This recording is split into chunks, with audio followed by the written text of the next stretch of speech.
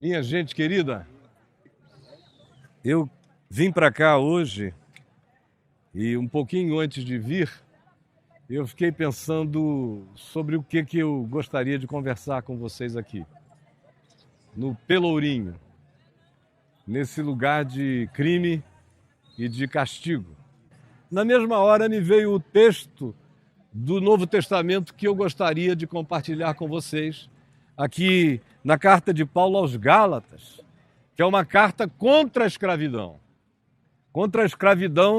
da lei arbitrária, da lei colocada sobre os homens, e aqui nesse caso eram leis do cerimonialismo judaico, leis do judaísmo transferidas e impostas como uma sobrecarga irracional sobre gente que tinha nascido hoje na Turquia, naquele tempo se chamava Ásia Menor, ou aqui nesse caso na Galácia.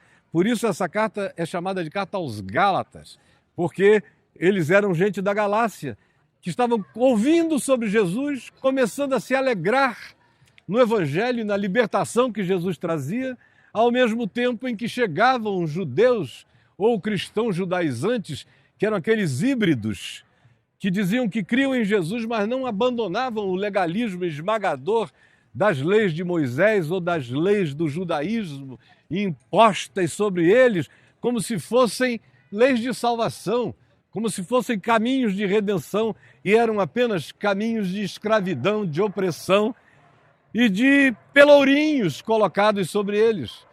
Eles eram muitas vezes julgados se cumpriam ou se não cumpriam aquelas leis. Não eram açoitados em praça pública, mas eram julgados e condenados do ponto de vista moral, espiritual e ético, eram destinados ao inferno pela boca cheia de juízo, babante de ira frustrada de religiosos que não tinham crido na graça de Deus e no fato de que em Jesus nós estamos libertos, como diz Paulo aqui aos Gálatas no capítulo 5, no verso 1, dizendo que foi para a liberdade que Cristo Jesus nos libertou. E disse: permanecei, pois, firmes e não vos submetais de novo a nenhum jugo de escravidão. Pelourinho acabou em Jesus. Não voltem para ele. Não aceitem mais imposições humanas, mandamentos humanos, ordenanças humanas, construções humanas que são colocadas sobre vocês. Não toques isto, não pegues aquilo, não olhes para aquilo outro. Coisas que Paulo diz que tem aparência de piedade, mas não tem nenhum poder para provocar libertação e nem para libertar-nos da sensualidade. E é aqui em Gálatas que Paulo diz, no capítulo 3, especialmente quando afirma no verso 10, todos quantos, pois, são das obras da lei, estão debaixo de maldição, porque está escrito: maldito é todo aquele que não permanece em todas as coisas escritas no livro da lei para as praticar.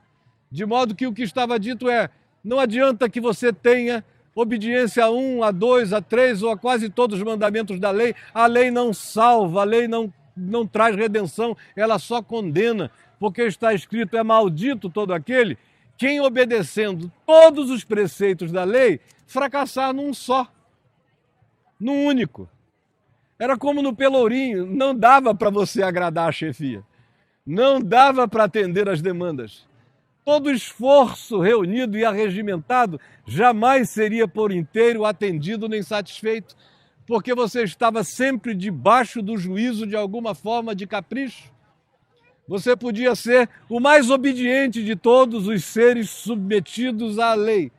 Mas se você falhasse num único mandamento, você se tornava réu de toda a lei, de modo que a lei nunca salvou, ela só foi um pelourinho de martírios, de denúncia de crime, de culpa e de castigo. Maldito é aquele, diz Paulo, como está escrito, que não permanece em todas as coisas escritas no livro da lei para praticá-las. E quem é que pode? Por isso se diz que em Jesus a lei toda foi cumprida. Ele foi o único que cumpriu a lei, não na forma de ordenanças exteriores, cumpriu toda a lei na forma da obediência interior, porque aquele que ama cumpre toda a lei, e só houve um que amou por inteiro. Eu amo em parte, você ama em parte, tudo em nós é em parte. Em Jesus tudo foi por inteiro, tudo foi completo, tudo foi absoluto. E ele não cumpriu a lei submetendo-se a ordenanças, ele cumpriu a lei vivendo absolutamente todas as dimensões do amor de Deus em relação a todo e qualquer ser humano. Por isso se diz que a lei e os profetas, todos eles, se cumpriram em Jesus. O que se diz no Evangelho de Mateus é isto, que ele, Jesus disse, não cairá nem um só i, uma vírgula, nem um tio, nada da lei até que tudo se cumpra, e tudo nele se cumpriu. Na cruz, que é o pelourinho do Evangelho, que é o madeiro perverso, maldito, o que ele diz é, está consumado, está pago. Ninguém mais tem que viver o crime e o castigo de não conseguir obedecer todas essas leis por dentro e por fora. Eu as obedeci no todo e por inteiro. Por isso o Pai disse, eis o meu Filho amado, em quem eu tenho todo o meu prazer. Ele foi o prazer de Deus, que cumpriu tudo por mim e por você. E você vê Paulo dizendo aos Romanos, no capítulo 10, pois o fim da lei é Cristo, para a justiça de todo aquele que crê. E Paulo prossegue em Gálatas 3, dizendo, e é evidente, pois, que pela lei ninguém é justificado diante de Deus, ninguém. Todos pecaram e todos carecem da glória de Deus, e pela lei ninguém se auto-justifica, ninguém se auto-santifica, ninguém se auto-explica na presença de Deus por nenhuma tentativa de cumprimento absoluto da lei. A lei só me traz culpa, ela só me traz certeza de que eu pratico crimes objetivos e subjetivos, e mesmo quando objetivamente eu seja irrepreensível perante os homens, eu sei no meu coração, na minha subjetividade, as minhas transgressões. Por isso Jesus disse que você pode nunca ter adulterado do lado de fora, mas se no seu coração você anda tomado de lascívia, você é um adúltero da subjetividade. Você pode nunca ter roubado com as mãos, mas se no seu coração você é tomado de torpe ganância, os teus olhos roubam o que é do outro o dia inteiro e o tempo todo. Você pode ter do lado de fora todas as manifestações de virtudes morais ou éticas assim percebidas por quem observe você, mas se o seu coração está carregado de inveja, se o seu coração está tomado de imprecações silenciosas contra o próximo, se o seu coração abomina o outro pela aparência dele, pela cara dele, pelo jeito dele, pela cultura dele, pela etnia dele, pela raça dele, pelas expressões dele, você está condenado. Porque o objetivo da lei seria indicar um caminho de perfeição que nenhum de nós conseguiu atingir, somente um, que é aquele acerca de quem se diz que é o Senhor e o Salvador de todos os homens. Por isso, é evidente que pela lei ninguém é justificado diante de Deus. Ninguém pode chegar diante de Deus e dizer, eis-me aqui, cumpri todos os teus mandamentos como aquele jovem rico, lembram dele? Tudo isso eu tenho observado desde a minha mocidade, dizia ele para Jesus. Aí Jesus diz, olha, já que você acha que cumpriu tudo, então tá bom. Vai, vende tudo que tu tens, dá aos pobres e tu terás um tesouro nos céus. Aí o cara virou e foi embora triste, porque era dono de muitos tesouros. Obedecia para fora nas aparências, mas era um acumulador ganancioso do lado de dentro.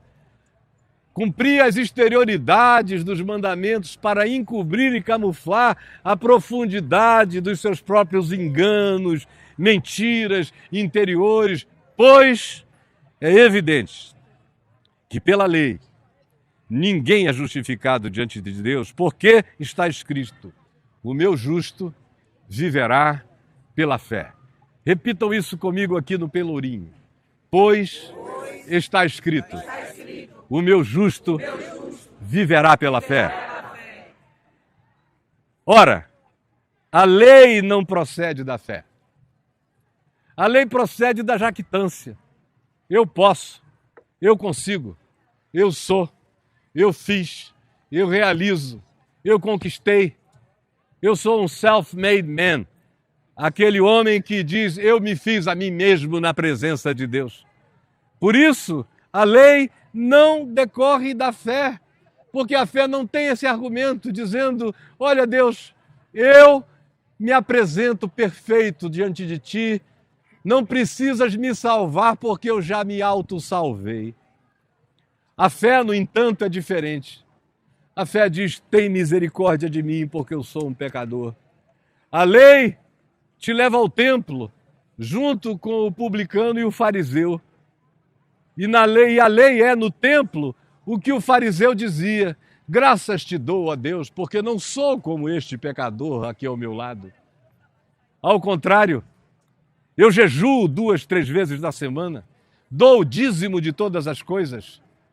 Não há ninguém que possa apontar o dedo contra mim, porque as minhas exterioridades são perfeitas. Eu me apresento diante de ti, te agradecendo, porque eu não sou nem como este homem, nem como os outros demais pecadores, adúlteros, iníquos e afastados de ti. Eu sou a minha salvação. Enquanto isso, Jesus disse que ao lado dele, desse homem jactante, havia esse publicano, esse indivíduo acusado de trabalhar para o Império Romano, de ser traidor da pátria, de não se submeter às leis da religião, nem das sinagogas, nem dos rabinos, nem dos mestres, nem dos pastores acusadores. Ele, no entanto, não tinha coragem nem sequer de levantar a cabeça e, batendo no peito, chorava e dizia: ó Deus, tem misericórdia de mim, porque eu sou um pecador. E Jesus disse: qual dos dois vocês acham que voltou justificado diante de Deus para sua casa? O que se jactou? Ou aquele que disse que não tinha nenhuma justiça própria para oferecer? Que declarou a sua impotência, a sua incapacidade, a sua impossibilidade de se apresentar diante de Deus, e a única coisa que pedia era compaixão. Era graça, era favor imerecido, era misericórdia. Qual dos dois desceu justificado para sua casa diante de Deus? É a pergunta de Jesus. Ora, a lei não procede da fé. Porque está escrito: aquele que observar os seus preceitos, os preceitos da lei por inteiro e absolutamente, então esse por eles viverá, se autossalvará. O problema é que ninguém consegue. Ninguém consegue. Quando você olha para dentro do seu próprio coração com honestidade, você verifica apenas a sua falibilidade, o seu pecado, a sua impossibilidade, a sua fraqueza, a sua total inabilidade e impossibilidade de se oferecer diante de Deus como uma explicação plausível e absoluta para Ele, de modo que Ele diga também a seu respeito: eis aí a minha filha amada, o meu filho amado, em quem eu tenho meu prazer inteiro, porque Ele faz toda a minha vontade. Se tivesse havido dois, Jesus não precisaria ter ido para o Pelourinho. Nem Moisés, nem ninguém. São todos sombra, são todos feios. Todos pecaram, todos carecem da glória de Deus. A lei, portanto, não procede da fé e nem pode proceder, porque a procedência dela é a perfeição que ninguém alcança. Paulo então diz: Cristo, porém, nos resgatou da maldição da lei. Repita isso comigo aqui no Pelourinho. Cristo, porém, me resgatou da maldição da lei. Sim, Cristo nos resgatou da maldição da lei, fazendo-se Ele próprio maldição em nosso lugar. Fazendo-se Ele próprio maldição em nosso lugar. Ele foi para o pelourinho da eternidade, levou todos os açoites da injustiça, da maldade, todas as acusações, todos os caprichos da religião, da imposição dos homens que supostamente se sentem superiores e donos dos outros homens. Ele levou sobre si o capricho da perversidade, da maldade do homem que acha que o outro é seu escravo. Nos resgatou da maldição da lei, fazendo-se ele próprio maldição em nosso lugar, porque está escrito: maldito é todo aquele que for pendurado no pelourinho. Maldito é todo aquele que for pendurado no madeiro. Para que agora, sobre nós, escravos, gentios, em Jesus, nós recebamos o espírito da libertação. Não tem mais poder nenhum nesse mundo que me amarre em nenhum pelourinho. Eu estou livre. Estou livre de todo pelourinho. Não tem diabo, não tem demônio, não tem principado, não tem potestade, não tem casta maligna, não tem culpa alguma que tenha o poder de me manter amarrado lá, a menos que eu me amarre, a menos que eu me submeta, a menos que eu não creia, a menos que eu não entenda, a menos que eu não ande pela fé, a menos que eu não acesse pela fé a certeza de que Jesus se fez maldição em meu lugar e no lugar de todos nós. E aqui, no capítulo 5, como eu disse anteriormente, Paulo diz: foi para a liberdade que Cristo nos libertou. Não vos ponhais, pois, por causa de nenhuma ordem humana, nenhuma culpa colocada sobre vocês, sob qualquer que seja o jugo, o peso, o esmagamento de escravidão.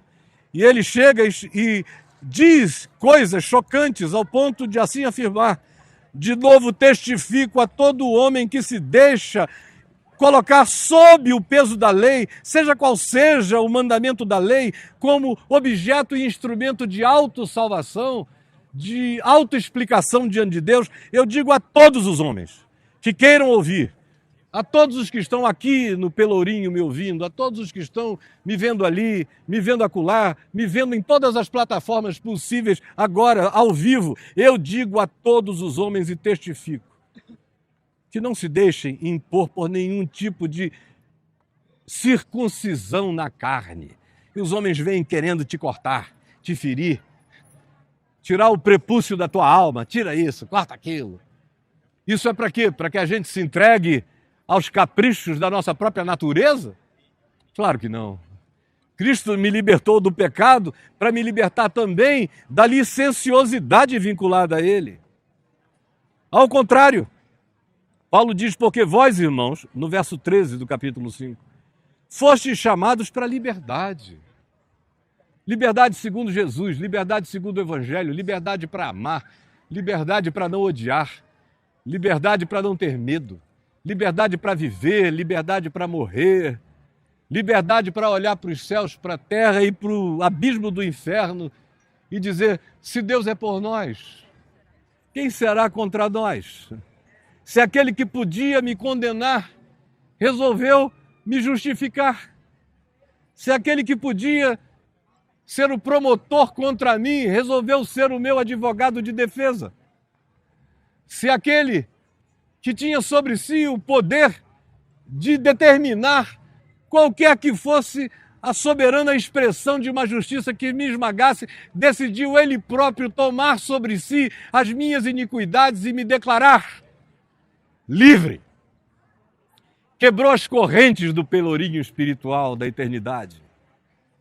E justamente por isso é que Paulo diz: não vos ponhais, portanto, outra vez, sob nenhuma forma de jugo de escravidão, porque, irmãos, fostes chamados à liberdade. Porém, não useis suposta e pretensiosamente da liberdade para dar ocasião à carne, ao capricho. Vocês já viveram sob os caprichos e os domínios de tantos poderes humanos, tanto quanto espirituais e invisíveis. Não voltem a nenhuma forma de dominação. O Evangelho é liberdade para viver santidade, para viver a alegria de ser de Deus, para declarar em todas as dimensões que em Cristo Jesus não há poder algum ao qual eu deva de novo me submeter ou me deixar subjugar. Porque nada pode me separar do amor de Cristo Jesus por mim. Não é do meu amor por Ele, não fui eu quem tomou a iniciativa. Foi Ele que tomou a iniciativa. Hoje eu o amo, porque Ele me amou primeiro. Porque Deus estava em Cristo reconciliando consigo mesmo ao mundo, não imputando aos homens as suas transgressões, mas nos chamando todos para sermos filhos da reconciliação. Porque por isso eu estou bem certo de que nem morte, nem vida, nem coisas do presente, nem do porvir, nem altura, nem abismos ou profundidade, nem anjos, nem principados, nem potestades, nem demônios, nem poderes, nem qualquer outra criatura alienígena que apareça subitamente aqui pode nos separar do amor de Deus que está em Cristo Jesus, o nosso Senhor. Então, por causa disso, Paulo insiste, vivam a liberdade. A liberdade é o que dá o poder de perdoar. Só gente livre perdoa. Só gente livre, se cair e reconhecer pecado, se levanta e entra para essa santa corda que levanta e anda. Porque os meus pecados já foram cobertos. Eles não serão cobertos, eles já foram. Como disse João Batista, eis ali, eis aí, passando aqui, eis no pelourinho o Cordeiro de Deus que tirou, tira e tirará o pecado do mundo, sempre, todo dia. O pecado morreu em Cristo Jesus. Só se não morreu para você porque você não creu. Eu parei de ter o potencial de pecar? De modo algum. Eu sou um pecador, mas eu não sou um pecador porque eu peco. Eu peco é porque eu sou um pecador. Mas o pecador que é pecador porque peca, foi esse pecador perdoado com pecado ou sem pecado por aquele que, não tendo pecado, foi feito pecado em nosso lugar, no pelourinho da eternidade. Por isso, não useis da liberdade para dar ocasião à carne, sede antes servos uns dos outros pelo amor. Quando essa graça chega, não só o pelourinho é quebrado, mas ele é quebrado entre nós também. Acaba o pelourinho do senhor com o escravo, acaba o pelourinho racial de raças superiores e raças inferiores, acaba o pelourinho de gênero, gênero superior, gênero inferior.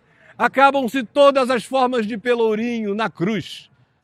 Todo tipo de crime e castigo, todo crime caiu sobre ele, todo castigo caiu sobre ele, e ele gritou e disse, está pago, eu paguei, e quem é que vai aparecer para discutir esta questão comigo?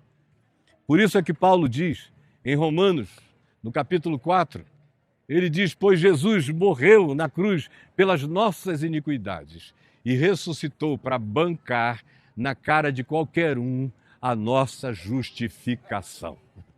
Eu estou justificado não por causa de mim mesmo, mas por causa dele. Os teus pecados estão perdoados não por causa de ti, mas por causa dele. Agora, não dê lugar à carne. Não dê lugar ao seu capricho, às suas expressões, aos seus devaneios, às suas loucuras e ao seu abuso contra o próximo, porque o pelourinho eterno foi quebrado em Cristo Jesus, do madeiro da maldição, para que também entre mim e o meu próximo não haja o soerguimento dessas colunas de perversidade, onde uns esmagam os outros ou uns julgam os outros. Pelourinho nunca mais. Porque Jesus ressuscitou de entre os mortos. Você pode repetir isso comigo? Pelourinho nunca mais, porque Jesus ressuscitou dos mortos. Você crê nisto? Amém. O que eu disse encontrou lugar no seu coração? Você vai levar isso para a vida? Vai olhar para a cara de qualquer diabo, demônio ou satanás, ou de qualquer homem que venha com um dedo de morte e de acusação para você, e, sinceramente, fazer como eu já fiz muitas vezes, pegar no dedo e virar assim, ó, pô. Não vem com esse dedo para cada um, porque eu quebro o teu dedo, Satanás. E não quebro por causa do meu poder, eu quebro é porque Jesus partiu para sempre todos os dedos de acusação, todos os pelourinhos do capricho e da maldição, porque ele próprio se fez maldição em nosso lugar. Essa foi a palavra que eu vim dizer a vocês aqui no pelourinho. Só isso. Só isto. Eternamente só isto. Para sempre só isto. Todas as outras filosofias morrem aqui. A melhor psicologia fica perneta aqui. A maior jactância humanística murcha aqui.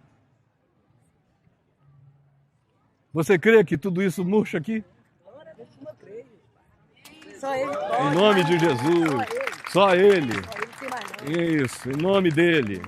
Em nome do Senhor Jesus. Aleluia. Aleluia.